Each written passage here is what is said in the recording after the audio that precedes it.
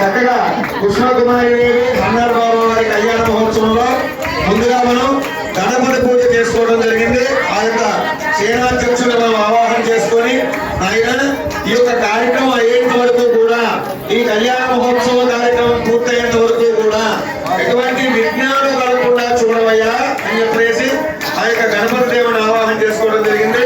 అలాగే పుణ్యాహవాచన గంగే చౌనే చేవ గోదావరి సరస్వతి నమరాశివ కావేరి జలేష్ఠంగం అని చెప్పేసి ఆయా నదుల గుండా చక్కగా ఋగ్వేదంతో, యజుర్వేదంతో, సామవేదంతో, అధర్వ వేదంతో ఇత్యాది వేదాలతో మనం అన్ని వేదాన్ని కూడా ఆ యొక్క కలశంలోకి అన్ని నదుల పూర్వకంగా మంత్రోచ్చరణ పూర్వకంగా ఆ యొక్క ద్రవ్యాన్ని మనం ఆవాహన చేసుకోవడం జరిగింది.